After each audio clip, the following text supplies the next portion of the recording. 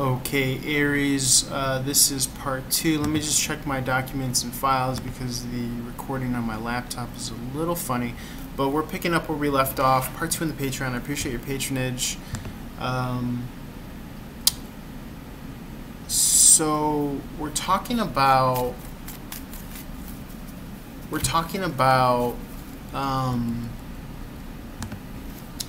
what occurs now when you do start to practice that version of self-love, when we're no longer feeding into gaslighting, to emotional manipulation and victimhood. You're no longer playing into those negative attributes that exist within your partner or exist within you for that matter.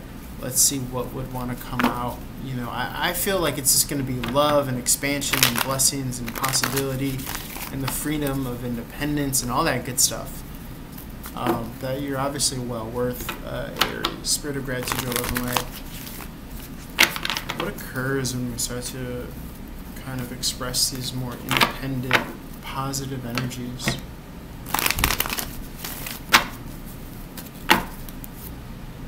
Okay, Eight of Swords in the upright. I think this is more like in the positive connotation of the Eight of Swords in the upright, this is just no longer feeding or giving attention to negativity. No longer feeding or giving attention to that which wants to try to contain you or limit you. The swords represent thought, logic, reason, and you can see this person is blindfolded externally. Yes, traditionally the Eight of Swords is, you're limited, you're blinded, you can't go anywhere. But this could also, in a positive way, aside from removing the external blockages, it could be no longer feeding into the internal kind of refracted versions of the limitations that exist within you. Okay, let me, 1 second. Okay, Aries, sorry about that. Got pulled to the side, but let's jump back into your reading. I actually had to reshuffle, so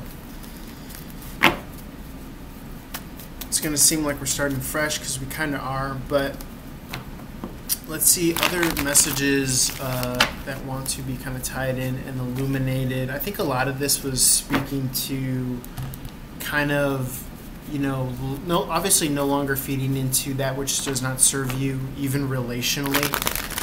But let's see. I do remember the Two of Swords coming out of a decision-making process. The Four of Swords is here, finding internal harmony if we're adding it to the Two of Swords in reverse as well. Four of Swords in reverse is a need for spiritual timeout, prayer, meditation, evaluation, mantra work, things of that nature. Let's see. Okay, the Sun card. So this is going to lead to reconnecting with Source, reconnecting with the fun, child, play-like, aspect of your life. Okay, which is, in and of itself, life is so worth living.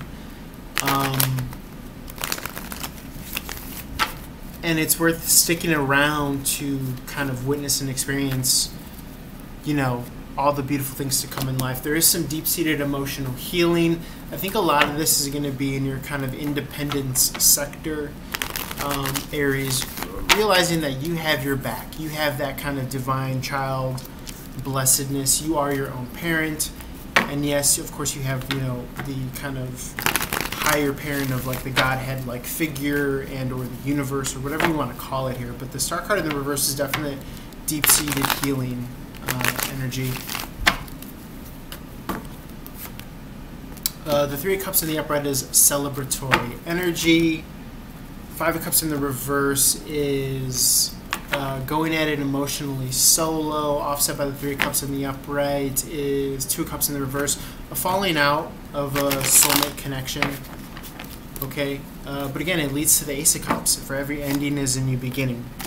Could be some player energy with the Knight of Wands, fast in, fast out, revealing itself, or want to play into the equation. The Tower card in the reverse is it's kind of like salvaging a situation though, before the fallout. Let's see what the Knight of Wands wants to say.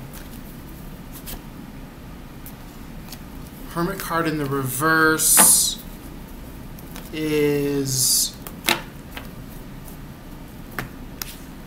the home front. Okay, in particular to the home front, could be some collateral damage.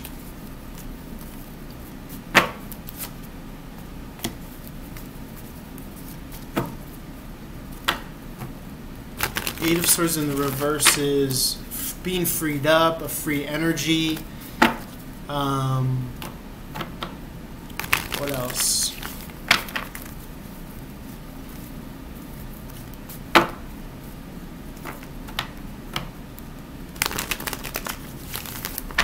Damage control, I think, is the word.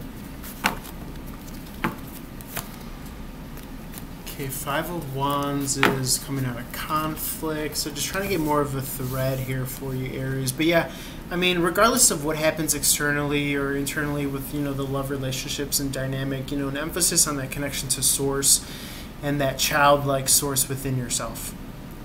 Okay, that's what I'm seeing here. Could have had somewhat of a kind of passionate, overzealous energy, and yet that energy is still allowing you to kind of, you know, save from things falling out in a negative way. So that's what I'm seeing. Obviously, reach out for a better, or I shouldn't say better, but a more tailored, custom message. And I appreciate your guys' patronage. Love you guys, Honest Taurus. Peace.